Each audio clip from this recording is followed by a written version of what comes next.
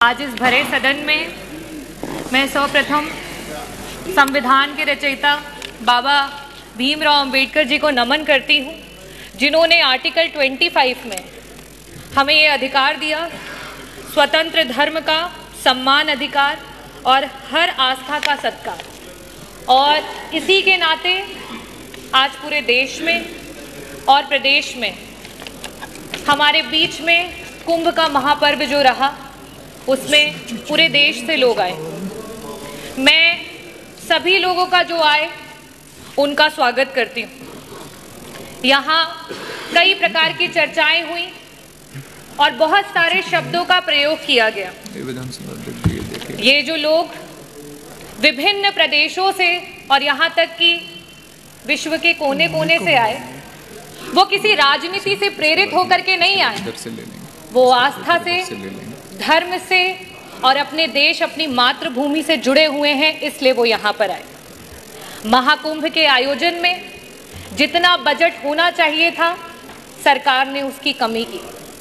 महाकुंभ में जो सुविधाएं हमारे लोगों को देनी चाहिए थी, सरकार ने उसकी कमी की। वहाँ पे गिद्ध नहीं गए थे, वहाँ पे सूअर नहीं गए थे, वहाँ पे इस देश में आस्था रखने वाले, इस देश को लोकतांत्रिक समझने वाले, इस देश में भाईचारे को आगे लेकर के जाने वाले लोग वहां पे पहुंचे थे। मैं इस सदन में आज बहुत सारी चर्चाएं हुई, बहुत सारी बातें कही गई। बजट की जबकि चर्चा होती है तो बजट में किस तरीके से डिवीजन होता है उसकी बात होती है। अभी सत्र में कुछ दिन पहले बात हुई कि अंग्रेजी में विधायकगण अपने भाषण दे सकते हैं, लेकिन जब आपके बजट में एलोकेशन की बात आती है, शिक्षा की बात आती है, जो हमारे बच्चे प्राइमरी स्कूल में पढ़ रहे हैं, जिनकी नींव अंग्रेजी से शुरू नहीं होगी, तो वो आगे जाकर के आपके अंग्रेजी में दिए हुए भाषणों को नहीं समझ पाएंगे। लेकिन आप क्या काम कर रहे हैं? जहां 15% कहीं आपकी सरकार बजट दे रही थी, आज शिक्षा में वो बजट गिरा करके 13% पे आ चुका है। ये स्थिति है। अगर मैं बात करूं स्वास्थ्य की, क्योंकि मंत्री जी यहाँ बैठे नहीं है, जब स्वास्थ्य पे जब विपक्ष चर्चा करने की कोशिश करता है, मंत्री जी उत्तेजित हो जाते हैं। शायद इसीलिए हो जाते हैं क्योंकि स्वास्थ्य पे मात्र 6% का बजट दिया गया है, और इस 6% के बजट में भी मंत्री जी 40% का बजट पिछले जो बजट में था एलोकेटेड, उसको इस्तेमाल नहीं कर पाए। अगर हम बात करें ग्रामीण अंचल की, जो उत्तर प्रदेश की 60-70% की आबादी है, अगर हम उसमें बजट के एलोकेशन की बात करें तो मात्र 4% का बजट है, जो 8 करोड़ 8 लाख की आप बात करते हैं, 8 लाख करोड़ की 8 लाख 8,000 करोड़ की बात करते हैं, उसमें मात्र 4% का बजट दिया गया है। और सबसे बड़ी नाइंसाफी अगर इस सरकार में कोई झेल रहा है तो वो हमारा किसान है। पूरे देश का एवरेज औसत अगर निकाल लिया जाए तो बाकी प्रदेशों में जहां किसानों को 6% का बजट मिल रहा है, वहां उत्तर प्रदेश की सरकार में मात्र 3% का बजट है जो हमारे किसानों को दिया जा रहा है।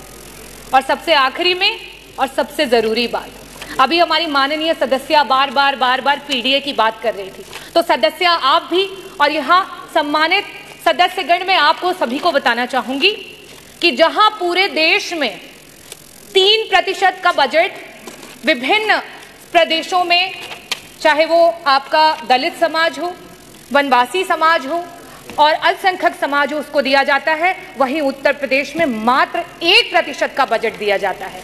और उस 1% के बजट में भी आपका 30% का बजट ऐसा धरा का धरा ही रह जाता है, विभाग उसको इस्तेमाल ही नहीं कर पाता है।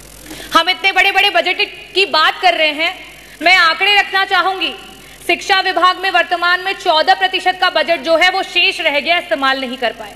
स्वास्थ्य में 40% का बजट ऐसे ही रह गया, उसे इस्तेमाल नहीं कर पाए। आवास में 46% का बजट रह गया, जिसे इस्तेमाल नहीं कर पाए। SC ST माइनॉरिटी में 30% का बजट है, जिसे इस्तेमाल नहीं कर पाए। अगर हम सिंचाई एवं बाढ़ नियंत्रण की बात करें, 35% का बजट है, जिसे इस्तेमाल नहीं कर पाए। अगर हम ट्रांसपोर्ट और PWD की बात करें, 6% का बजट है, जो पुराना बजट है, जिसे आप इस्तेमाल नहीं कर पाए। समाज कल्याण के मंत्री जी यहाँ बैठे हैं, 23% का बजट आज ऐसे ही पड़ा हुआ है, उसे इस्तेमाल नहीं कर पाए। कृषि विभाग वैसे ही 4% किसानों को दिया जा रहा है बजट में से, उसमें से भी 10% बजट ऐसे ही धरा का धरा रह गया, उसे इस्तेमाल नहीं कर पाए। तो मैं बजटों पे बहुत बातें नहीं करूंगी, क्योंकि जो पुराना है उसे ही नहीं इस्तेमाल कर पाए तो बड़े बड़े बजटों का क्या भवाई लूटी जाए।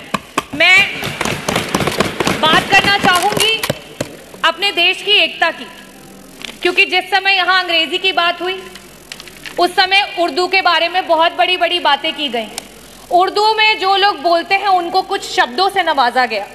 हमारे देश में उर्दू को बड़े ही लगाव से देखा जाता है। हिंदी अगर हमारी मातृभाषा है तो आज का ये जो देश है वो अंग्रेजी से भी नहीं घबराता है, अंग्रेजी को सीखने की पूरी इच्छा रखता है। पंडित ब्रिज नारायण जी, पंडित रतननाथ सरहार जी, मुंशी प्रेमचंद जी, पंडित आनंद मोहन जी, यहाँ तक कि उपराष्ट्रपति रहे हुए कृष्णकांत जी, इन सभी लोगों का उर्दू से बहुत लगाव था। तो क्या इनके लिए भी उन्हीं शब्दों से नवाजा जाएगा?